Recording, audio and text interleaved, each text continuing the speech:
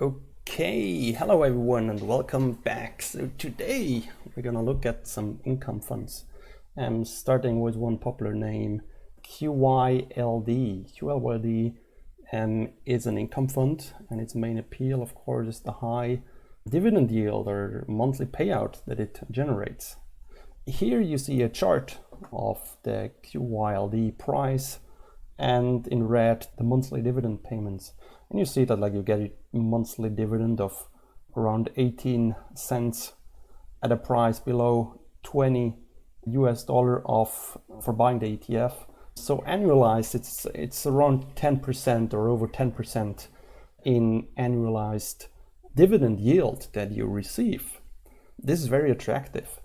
The thing is, the main question, is it too good to be true? So that's what we're gonna find out next.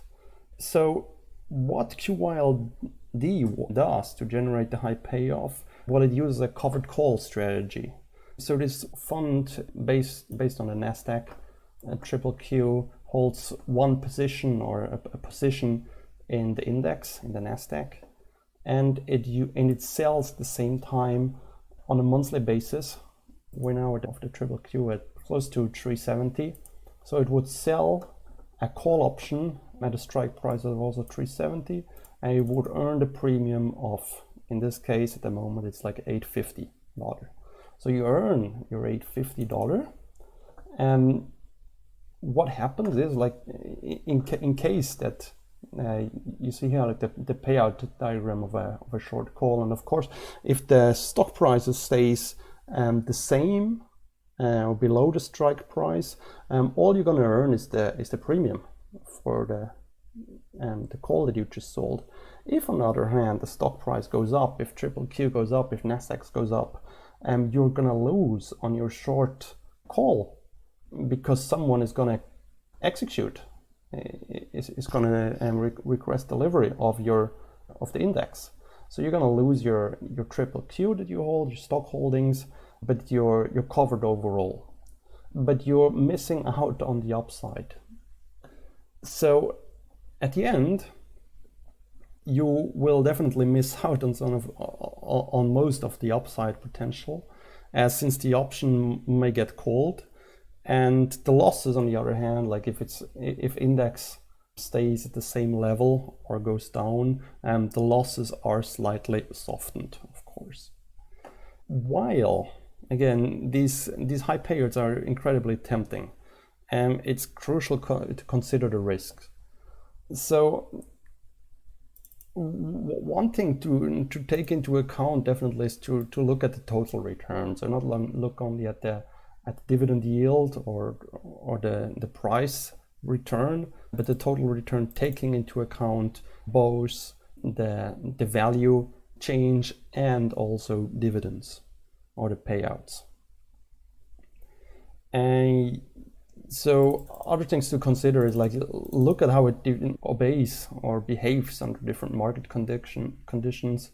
Also the return distribution might be off of what you believe it's going to look like. So it might come with large tail risks, like in 90% or 95% of the time it looks like all's good, and in a very small unlikely case you're going to lose all, or lose a substantial amount of your holding. I'm using data from financial modeling prep. I believe I have a paid plan, but I believe all that I'm showing here you can do also with the free plan. You just need an API key. And I'm downloading a symbol list. I'm filtering for ETFs and funds and trusts, US traded. I'm also downloading prices since 2010 for all the symbols.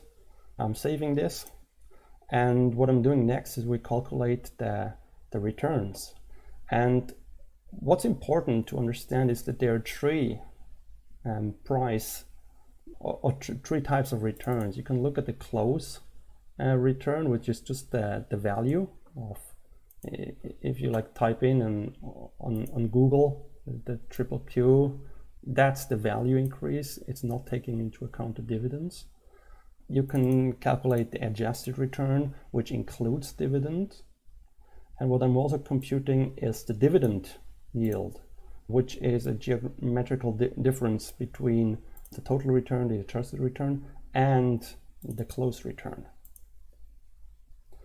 Now again, going back to QYLD and triple Q, what I'm looking at here in this table is the other performance stats since 2014, the inception date of QYLD. And we see that the closed return annualized, while in triple Q in NASDAQ you got 16%, in QYLD actually lost 4% on an annual basis over this period.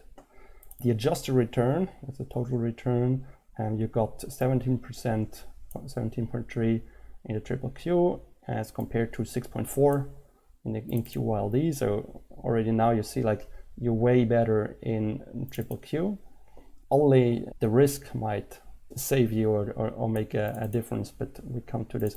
We see the dividend yield, QYLD, on average over this period was 10.7% as compared to 0.9% in the base index in triple Q. The standard deviation volatility, again, on an annual basis, we have to analyze everything, annualized with the square root of 12. So we're using monthly data, and we get 18% on both the adjusted or the closed price. This doesn't make much of a difference. 18% on the triple Q as compared to 11-12% on QYLD.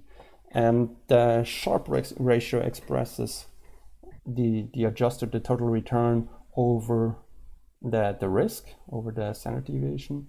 And again, we see much higher, much better for triple Q of 0.94 compared to QYLD with 0.54. Now, in the next chart, I'm showing the monthly returns of triple Q on the x-axis compared to QYLD on the y-axis. And so here we have 0 all the months that triple Q went up was positive. We see that, say here we look at 5%, we see that on average they only made 2.5%. So there's a dramatic performance lag, and that increases even if QYLD did even worse. We have like here a month where triple Q made 15%, while QYLD was just 5% in the green. And so of course we have a kind of how to say, like, fairer distribution on the lower side. So if triple Q loses 10%, we might have the case where triple Q loses a bit less. That's because it's like saved by the option premium that it earns. But overall, the main issue is that we're losing on the upside, while not really having much of a protection in case that the index drops.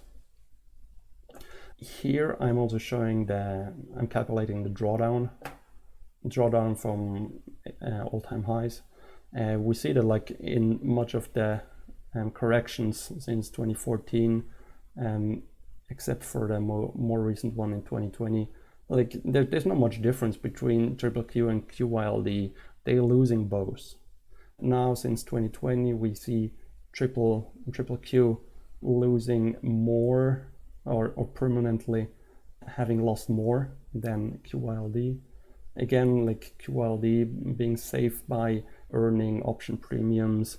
Most probably it's also related to higher volatility. So of course, like volatility being higher, also interest rates, yields being higher, the option price or the premium that options are traded are higher, which comes from Black-Scholes model. And so this was QYLD and triple Q. We see a very similar pattern of very similar things with SPY, the S&P 500, and XYLD, which is also from XGlobal, basically implementing the same strategy as QYLD on the S&P 500. We see that's since mid 13, about 10 years, 10 years ago. We see the S&P 500 having a Sharpe ratio of 0.86 as compared to XYLD of 0.41. Again, like there's not a very large argument why one should buy XYLD. And one effect must, of course, also be higher fees. I'm not 100% sure what the fee is for QYLD or XYLD ETF. Maybe probably it's also below 1%, so it shouldn't make so much of a difference. So it's 0.6% that you're paying annually, as compared to the SPY, which is, I believe, below 0.1%. Oh yeah, here I also have the performance chart of comparing the S&P 500 SPY, which, like, if you invested originally in 2013 $100, you're at the moment, just with the close price, the value in your portfolio at 250. If you take into account also dividends, you're at close to 350, and compare that to the XYLD, where just with the close price, you're flat since over the past 10 years.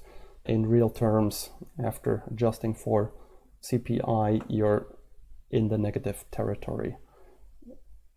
And yeah, seeing the same in the scatter plot, like losing on the upside. And there are other products like the JEPI and JP Morgan, which some say has like a better implementation. We have less of a data history. It started in 2020. Interestingly, yes, we have the JEPI with a higher Sharpe ratio than the S&P 500 ETF. Most likely, like, that would be my argument. I don't want to say it's better or worse, the JEPI, than the XYLD. This is driven by the market condition that we had, like we had in 2020. When did it start? Okay, in June 2020.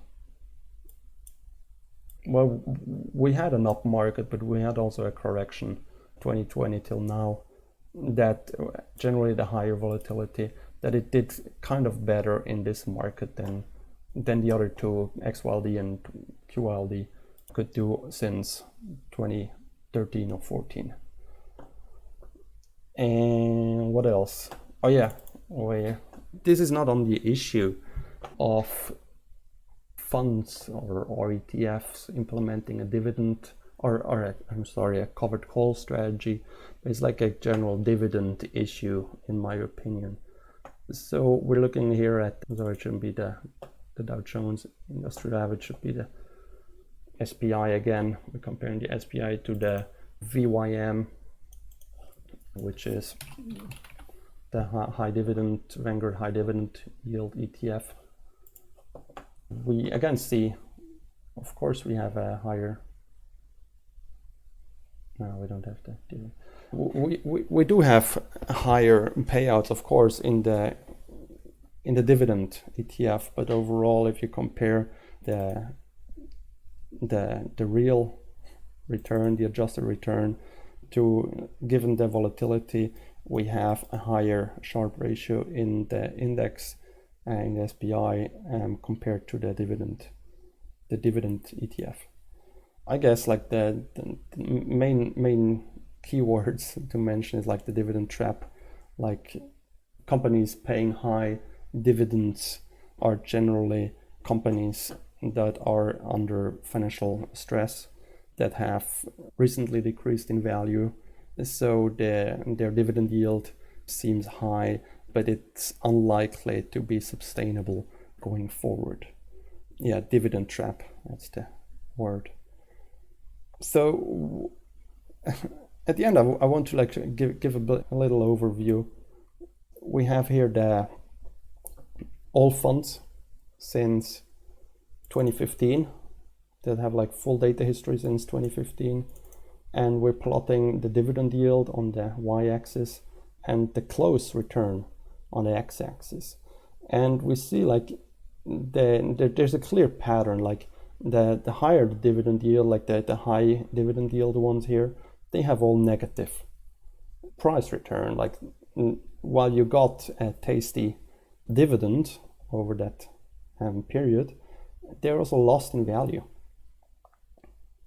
There are some exceptions, it seems, which are like specialized, I don't know, equal weight industrials that happen to outperform, but it's not like here we have like QYLD, we have, what is here, XYLD, we have TLT and long-term treasuries that have like relatively high dividend yield and at the same time lower price return as compared to like what we have, the triple Q, standard Nasdaq, with a lower dividend yield, but you have like an annual price return of over 15%. And yeah, what else do we have? Like, so this we're looking at the close price, and we're looking here at the adjusted price at the total return. So again, like we have like a high dividend yield clearly negatively correlated to total return. Higher total return are the ones that pay less dividend or no dividend, yeah. While the ones that have like the tasty dividends, high incoming index, all super dividend ETF, they tend to be negative, having a negative total return. One last point to mention is like you can say like you don't care about the price decay. Like if price decay goes down, well, having a dividend comes at a price, and if the price decays, the price you pay for the high dividend, and you just want the dividend, you can say I don't care about the price decay. Well, you're wrong, because imagine the price or the dividend yield staying at a similar level as today. Say for the QYLD, it being around 10%, slightly over 10%. If going forward the price drops further, you're getting the 10% on the current, these 10% are in the current price. So as soon as you're like, the close price is at 10 and you're getting 10%, you're not getting 18 cents per month anymore. You're more getting like 9 cents or 10 cents. So your dividend, the payout, is gonna depend on the value of the holdings. That's out of question.